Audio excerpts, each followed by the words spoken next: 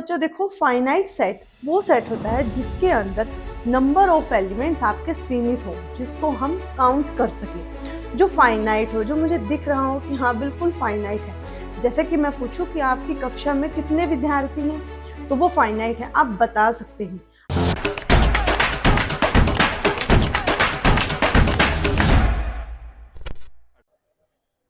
Hello everyone, welcome back to our channel maths by Aarti. तो पिछली video में हमने देख लिया था सेट्स को रिप्रेजेंट किन तरीकों से किया जाता है, सेट होता क्या है और उसके अंदर किन किन एलिमेंट्स का यूज करके उसको डिनोट कैसे करते हैं, लिखते कैसे हैं। किसी एलिमेंट को मुझे ये बताना हो कि बिलोंग कैसे करता है और कैसे बिलोंग नहीं करता, वो सब हमने सीखा था। आज की वीडियो में हम करने वाले हैं टाइप्स ऑफ सेट्स। ठीक है, यानी कि सेट्स के टाइप्स ऑफ सेट्स। सेट्स के कितने प्रकार हैं। ठीक है, तो प्रकार तो बहुत सारे हैं। ठीक है, हम एक एक करके हर एक को डिस्कस करते चलेंगे। ठीक है, तो सबसे पहले देखो, एक है आपके पास फाइनाइट सेट्स। ठीक है, फाइनाइट जो सीमित हो जाए। ठीक है, एक आता है आपके पास इनफाइनाइट सेट। कौन सा? Infinite set. ठीक है, फिर और आपके पास एक और भी होता है एम्प्टी सेट, जिसके पास कुछ भी ना हो, जो खाली हो। ठीक है, एम्प्टी सेट। एक आता है आपके पास क्या? Singleton set. सिंगलटन जैसा कि नाम ही बता रहा है, singleton, single set, single element ही होगा। ठीक है, सिंगलटन सेट, सिंगलटन सेट। ठीक है, इसके अलावा भी दो तरह के सेट होते हैं, equal set and the other one is equivalent set. Equal set and equivalent set. ये जो सेट्स है, अगर इनके बारे में हमने सीख लिया ना, तो आगे का सारा सिलेबस और ये जो यूनिट है बिल्कुल इजी हो जाएगी। ठीक है, तो एक एक करके हम इनको डिस्कस कर लेते हैं कि ये होंगे कौन कौन से। ठीक है, एक मेरा ये है, एक ये है, एक ये और एक ये। ठीक है, तो अब सबसे पहले आते हैं हम फाइनाइट सेट्स के ऊपर। किसके ऊपर? फाइनाइट सेट्स के ऊपर। फाइनाइट सेट्स की जब भी हम बात करेंगे, तो बच्चों देखो, फाइनाइट सेट वो सेट होता है जिसके अंदर नंबर ऑफ एलिमेंट्स आपके सीमित हो, जिसको हम काउंट कर सके, जो फाइनाइट हो, जो मुझे दिख रहा हो कि हाँ बिल्कुल फाइनाइट है। जैसे कि मैं पूछूं कि आपकी कक्षा में कितने विद्यार्थी हैं, तो वो फाइनाइट है, आप बता सकते हैं।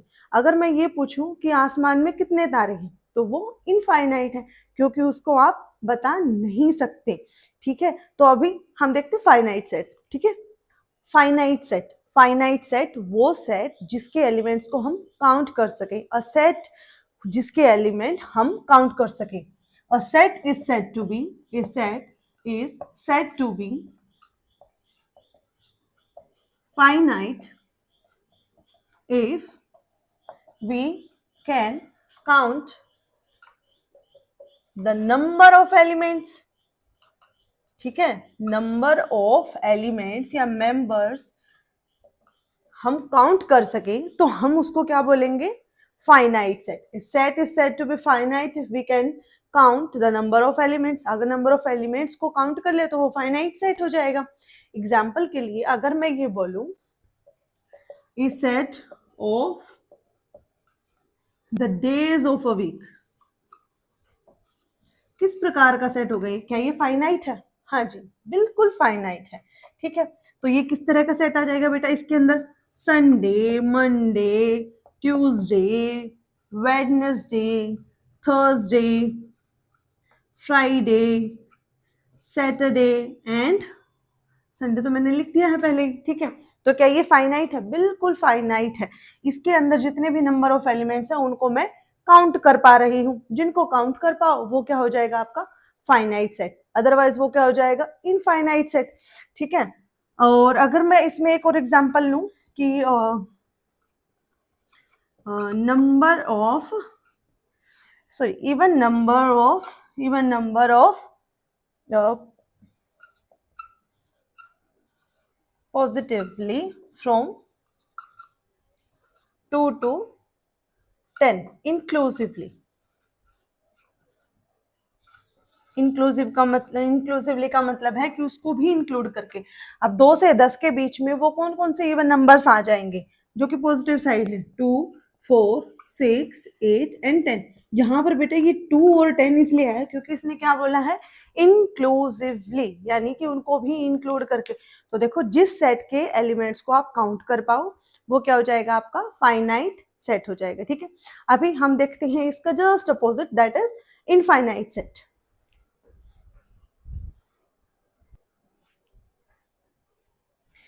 तो देखिए इनफाइनाइट सेट कौन से होते हैं, जिसके एलिमेंट्स को हम काउंट ना कर सके। A set which is not finite is said to be infinite. जिसके एलिमेंट्स को हम काउंट ना कर पाए वो क्या हो जाएगा, infinite. A set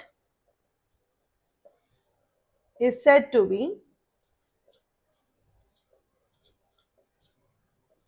infinite if we cannot count the number of elements। Number of elements को अगर मैं काउंट ना कर पाऊं तो मैं उस सेट को इनफाइनाइट सेट की उपाधि दे दूंगी। ठीक है, अब इसके अंदर बहुत सारे सेट्स आ जाएंगे। ठीक है, नेचुरल नंबर्स का सेट आपने सुना होगा, कहाँ से स्टार्ट होता है, 1 2 3 4 5 एंड अप टू सो। ठीक है, इस तरह का जो सेट होता है वो आपका नेचुरल सेट होता है। ठीक है, नेचुरल नंबर्स आ जाएंगे इसके अंदर। और जो ये 3 डॉट्स है, जो ये 3 डॉट्स होते हैं ना बेटा, ये स्टैंडर्ड नोटिफिकेशन के लिए होते हैं। ये क्या होती है, standard notification for the continuation, standard notification of continuation. Continuation से हमारा मतलब है जो कंटिन्यूएशन चलती आ रही है, जितने डिस्टेंस की, जितने गैप की, उतनी ही चलेगी। अब देखो हर एक में 1 1 1 1 ऐड होके ये आगे आता जा रहा है। ठीक है, इसी तरह से जो इस 3 डॉट्स का मतलब ये है कि ये आगे अनंत तक ऐसे ही चलता रहेगा। राइट, अब देखो होल नंबर्स का सेट आता है। ठीक है, इसके सिर्फ नेचुरल नंबर्स में अगर मैं 0 ऐड कर दूं, 0 1 2 3 4 5 and up to so on, तो ये आपका क्या हो जाएगा, ये होल नंबर्स का सेट है। तो ये भी इनफाइनाइट है, इसको भी मैं काउंट नहीं कर पा रही। सिमिलरली अगर मैं रैशनल नंबर्स की बात करूं, अब रैशनल नंबर्स के अंदर बेटा वो सारे एक्स आते हैं जिनको मैं p बाय क्यू की फॉर्म में रिप्रेजेंट कर सकूं। और कंडीशन अप्लाई होती है कि जो मेरा डिनोमिनेटर है that should not be equal to 0। ठीक है, एंड जो आपके p एंड क्यू है वो क्या होने चाहिए, इंटीजर्स। ठीक है, क्या है ये, इंटीजर्स। ठीक है, नाउ इंटीजर्स का कौन सा होता है बेटा, आपका इंटीजर्स पॉजिटिव भी होते हैं और नेगेटिव भी होते हैं। ठीक है, तो मैं ऐसे लिख सकती हूँ कि -3 -2 -1 0 1 2 3 एंड अप टू सो। अब ये देखो बेटा यहाँ पर भी 3 डॉट्स है, यहाँ पर भी 3 डॉट्स है। इसका मतलब क्या है, इस तरफ भी लेफ्ट हैंड साइड भी ये इसी कंटिन्यूएशन में चलेगा और राइट हैंड साइड भी ये इसी कंटिन्यूएशन के अंदर चलेगा। ठीक है, अब रियल नंबर्स के अंदर हमें पता है बहुत सारे रैशनल नंबर्स भी आ जाते हैं, इरेशनल नंबर्स भी आ जाते हैं। ठीक है, इस तरह के भी नंबर आ जाएंगे, पाई की तरह के भी नंबर आ जाएंगे इसके अंदर, 0 के भी आ जाएंगे इसके अंदर। ठीक है, और -π/2 इस तरह के भी नंबर आ जाएंगे। इस तरह के जो नंबर्स होंगे, इस तरह के जो नंबर्स आएंगे, ठीक है, इस तरह के जो नंबर्स आएंगे उनको मैं क्या बोल रही हूँ, रियल नंबर्स। रियल नंबर्स में आपके सारे इंक्लूड हो जाते हैं, रैशनल्स भी आ जाते हैं, इरेशनल्स भी आ जाते हैं। ठीक है, हमें पता है इरेशनल्स कौन से होते हैं, ये रैशनल्स हो गया और ये इरेशनल्स हो गया जिनको एक्स जो है इस फॉर्म में ना लिखा जा सके। ठीक है, जब रैशनल की फॉर्म में ना लिखा जा सके तो वो कैसा नंबर हो जाएगा हमारा, कैसा नंबर हो जाएगा हमारा, इरेशनल नंबर हो जाएगा। ठीक है, पी और क्या है आपके इंटीजर्स है। ठीक है, तो यहां से हमने देख लिया कि इस तरह के जो सेट्स होंगे वो क्या हो जाएंगे, इनफाइनाइट सेट्स हो जाएंगे जिनके हम एलिमेंट्स को काउंट ना कर पाए, वो क्या हो गया आपका इनफाइनाइट सेट्स हो गया। ठीक है, अब आगे चलते हैं हम कौन से सेट की तरफ, एम्प्टी सेट्स। एम्प्टी सेट जो कि बिल्कुल पूरी तरह से खाली है। ठीक है, अभी देखते हैं एम्प्टी सेट।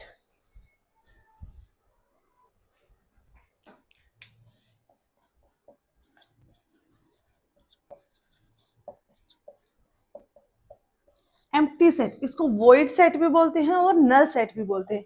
और क्या क्या नाम हो गए बच्चों इसके, void set, and the other one is null set.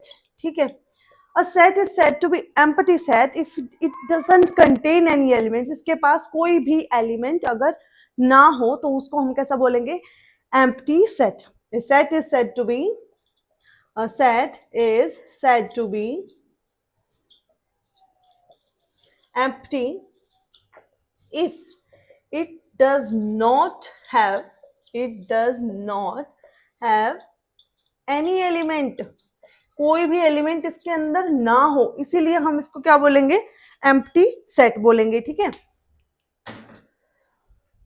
Empty set. अब इसको डिनोट कैसे करते हैं, बेटा इसको डिनोट करने के लिए हम जो है इस फाई का भी यूज कर सकते हैं, या फिर हमें पता है सेट के लिए हम इन कर्ली ब्रैकेट्स का यूज करते हैं. अगर उसको खाली छोड़ दूं तो वो क्या हो जाएगा, मेरे एम्प्टी सेट की डिनोशन हो जाएगी. अगर मैंने ये लिख दिया तो क्या ये एम्प्टी सेट है? नहीं, ये एम्प्टी सेट नहीं है, क्योंकि इसके पास क्या है, एक एलिमेंट है. ये क्या है आपका एम्प्टी सेट, जो कि पूर्ण रूप से खाली है, इसके पास कुछ है नहीं, इसके अंदर कुछ ना कुछ एलिमेंट है, तो ये नॉट है एम्प्टी सेट. एम्प्टी सेट नहीं होगा. ठीक है, और अगर ऐसे जीरो भी आ जाता तो भी ये नॉट एम्प्टी सेट था, ये एम्प्टी सेट नहीं होगा, जबकि ये एम्प्टी सेट होगा. जब भी आपको एम्प्टी सेट को रिप्रेजेंट करना हो तो इस कर्ली ब्रैकेट से रिप्रेजेंट हम करेंगे उसको. ठीक है, अब आ जाओ बेटा सिंगलटन सेट के ऊपर. ठीक है, सिंगलटन सेट क्या होता है, अगर इसमें मैं एग्जाम्पल की बात करूं, तो देखो एग्जाम्पल के तौर पे अगर मैंने ये बोल दिया, कि आपके पास you have a girls school. ठीक है, and you are to find out the relation of brothers. तो आप उसके अंदर अगर लड़कियों के स्कूल में आप भाई को ढूंढने जाओगे, लड़के को ढूंढने जाओगे, तो एम्प्टी सेट ही है. अगर मैं ये बोलूं कि आपके पास कोई सेट है जिसके अंदर एलिमेंट है x, और वो जो x आ रहा है वो आपका बड़ा हो 11 से और छोटा हो 10 से. ठीक है, 10 से छोटा हो और 11 से बड़ा हो. क्या हो सकता है ऐसा कोई नंबर? तो ऐसा तो कोई नंबर नहीं है, तो वो क्या आ जाएगा, फाई आ जाएगा. मुझे पता है कि इसके अंदर कोई भी एलिमेंट नहीं आएगा. ठीक है, और ऐसे ही अगर मैं ये बोलूं कि मुझे क्या करना है, इवन नंबर फाइंड आउट करना है. ठीक है, एक्स है, एक्स क्या है, एक्स कोई भी आपका इवन नंबर है. क्या है, इवन नंबर है. और एक्स जो है आपका 12 to 14 लाई कर रहा है. तो क्या 12 और 14 के बीच में कोई आपका इवन नंबर आ रहा है? नहीं आ रहा, क्योंकि हमें पता है इसके बीच में सिर्फ एक ही नंबर आएगा, जो कि क्या है, 13 आएगा. क्या आएगा, 13 आएगा. यहाँ पर मैं बोल भी देती हूँ कि x जो है मेरा नेचुरल नंबर से बिलोंग कर रहा है, x. ठीक है, तो यहाँ से ये देखो कि जो ये x है, यहाँ पर ये जो x की वैल्यू आएगी, ये क्या जाएगी, 13 आ जाएगी, जो कि इवन नंबर नहीं है. ठीक है, इसलिए ये भी क्या हो गया, आपका एम्प्टी सेट हो गया. ठीक है, अभी देखते हैं सिंगलटन सेट.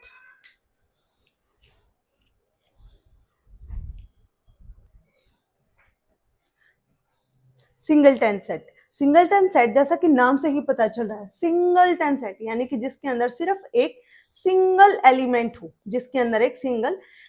आ जाए, उसको हम क्या बोलेंगे, singleton set. A set is said to be singleton set if it contains only one element. ठीक है, a set is said to be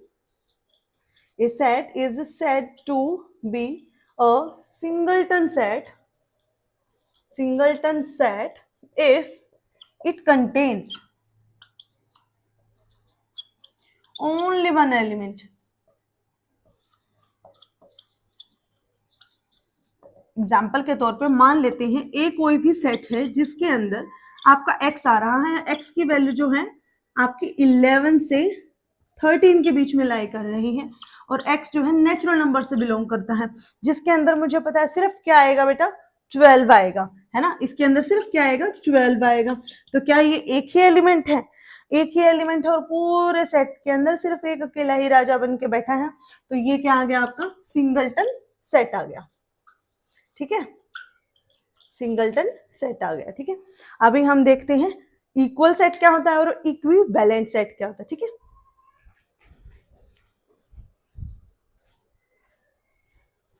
देखिए हमारे पास दो तरह के सेट है, equal set and the other one is equivalent set. कई बार students क्या करते हैं, इनमें कंफ्यूज हो जाते हैं, समझ नहीं पाते। देखो जैसा कि नाम बता रहा है, equal set and the equivalent set. ठीक है, इक्विवेलेंट का मतलब जो इक्वल की तरह लगे बट इक्वल ना हो। ठीक है, इक्वल सेट का मतलब क्या है, इक्वल सेट का मतलब ये है कि जो जिन सेट्स की हम बात कर रहे हैं वो इक्वल सेट तभी होंगे जब दोनों के एलिमेंट्स क्या हो, सेम हो। दोनों के एलिमेंट्स क्या हो, सेम। ठीक है, इसके लिए मान लेते हैं मेरे पास एक सेट ए है, एक सेट बी है। ठीक है, इन दोनों को इक्वल तब बोला जाएगा जब every element of A is also a element of B. ठीक है, ए का हर एलिमेंट बी का एलिमेंट हो और बी का हर एलिमेंट ए का एलिमेंट हो। every element of B is also a element of A। ठीक है, अगर मैं एग्जाम्पल के तौर पे बात करूं, अगर मैं यहां पर एग्जाम्पल की बात करूं 1 3 एंड 5, क्या ये 5 3 और 1 के बराबर है? बिल्कुल बराबर है। इसका हर एलिमेंट 1 1 3 3 5 5, और हमें पता है कि सेट्स के अंदर एलिमेंट्स को किसी भी ऑर्डर में लिख सकते हैं, उससे कोई फर्क नहीं पड़ता। ठीक है, तो ये सारे एलिमेंट्स इन एलिमेंट्स के बराबर है, तो ये दोनों क्या होंगे, सेट इक्वल होंगे। अगर मैं यहां पर ये लिख दूं कि 1 3 5 7 1 2 इज इक्वल टू 1 2 3 5 एंड 7, तो क्या ये इक्वल है? बिल्कुल इक्वल है। बेशक यहाँ पर 1 दो बार आया है, बेशक यहाँ पर 1 दो बार आया है, लेकिन दोनों में 1 कंटेंट है। हमें पता है रिपीटेशन इज इमैटेरियल। ठीक है, तो यहाँ पर रिपीटेशन से कोई फर्क नहीं पड़ता, सेट आपका बराबर ही है। क्योंकि देखो यहाँ पर अगर मैं मान लो ये ए सेट है और ये आपका क्या है, बी सेट है, तो यहाँ पर देखो 1 बिलोंग्स टू ए, क्या इंप्लाई कर रहा है कि 1 बी से भी बिलोंग कर रहा है, 3 belongs to A and 3 also belongs to B, 5 belongs to A, 5 also belongs to B, 7 belongs to A implies 7 also belongs to B। ठीक है, 2 belongs to A and 2 also belongs to B।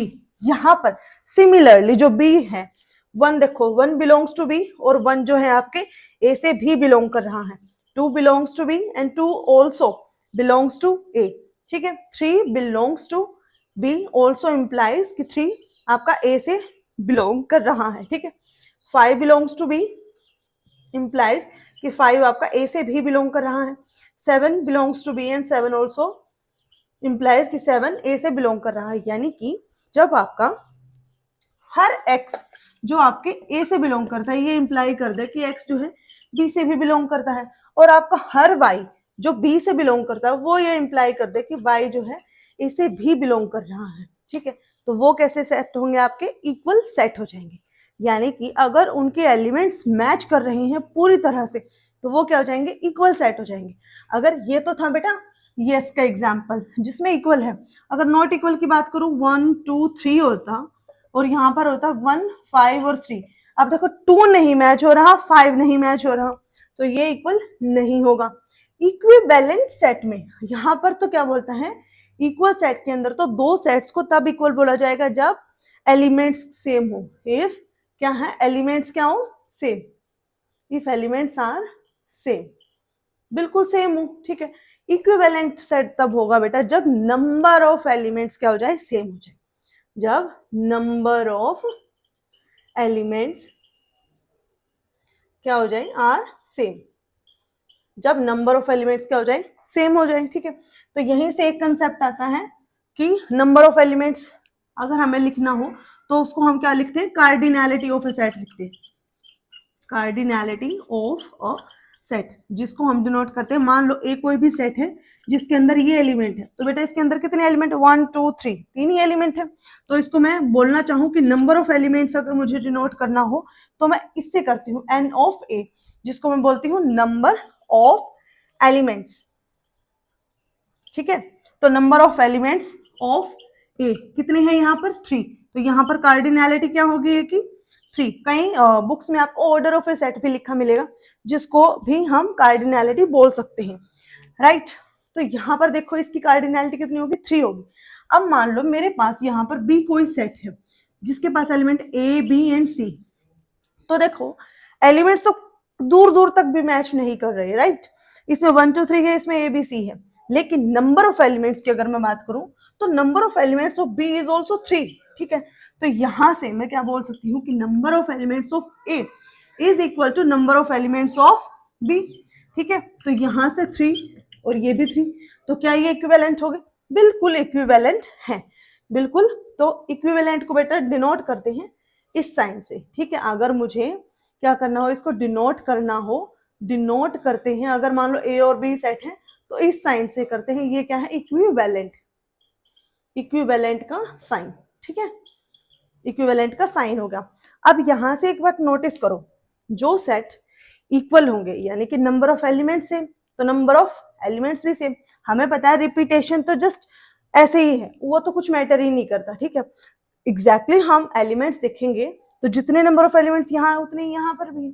तो मैं बोल सकती हूँ basically कि जो element, जो सेट इक्वल सेट होगा वो आपका हमेशा इक्विवेलेंट सेट भी होगा। But converse is not true, जरूरी नहीं है, क्योंकि देखो ए के पास भी 3 एलिमेंट है, बी के पास भी 3 एलिमेंट, बट मैच तो नहीं हो रहे ना। तो यहां से एक इंपॉर्टेंट रिजल्ट आता है, एक इंपॉर्टेंट रिजल्ट आता है, नोट कर लीजिए, इंपॉर्टेंट रिजल्ट, ठीक है। टू इक्वल सेट्स या फिर equal sets are always equivalent, but converse need not to be true.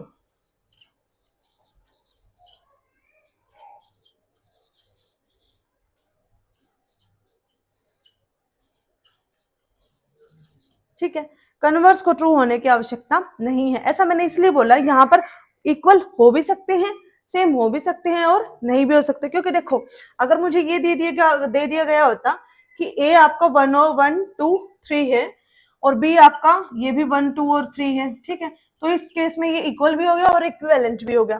तो यहां से मैं बोल रही हूँ कि इक्वल सेट हमेशा इक्विवेलेंट होंगे, but converse is not true. जरूरी नहीं है कि इक्विवेलेंट भी इक्वल होगा, उसमें हम देखेंगे कि इक्विवेलेंट में अगर मैच हो रहे हैं उस क्वेश्चन के अंदर एलिमेंट्स, तो मैं बोलूंगी कि हाँ ये जो इक्विवेलेंट सेट्स हैं ये इक्वल भी होंगे, ठीक है। तो आज की वीडियो में हमने क्या क्या किया, हमने किया टाइप्स ऑफ सेट्स, जिसके अंदर हमने देखा finite set, infinite set, empty set, singleton set, और देखा इक्वल सेट और इक्विवेलेंट का फंडा समझा। इक्वल सेट और इक्विवेलेंट में क्या डिफरेंस है। इक्विवेलेंट से हमें पता चला कि नंबर ऑफ एलिमेंट्स किससे डिनोट करते हैं, जो हम एन ऑफ ए से डिनोट करते हैं, जिसको हम कार्डिनैलिटी ऑफ ए सेट भी बोलते हैं, और कई बुक्स में आपको ऑर्डर ऑफ ए सेट भी लिखा मिलेगा, ठीक है। तो यहाँ तक आपका जो है फर्स्ट एक्सरसाइज के लिए 1.1 के लिए बेस पूरी तरह से तैयार हो चुका है। अब हमें क्या करना है, हमें इनके क्वेश्चंस स्टेप बाय स्टेप करना है, ठीक है। तो इसी तरह से हम बहुत ही आसानी से अपने क्वेश्चंस को, अपने टॉपिक्स को क्लियर करते चलेंगे, राइट। तो आज की वीडियो में इतना ही, थैंक यू।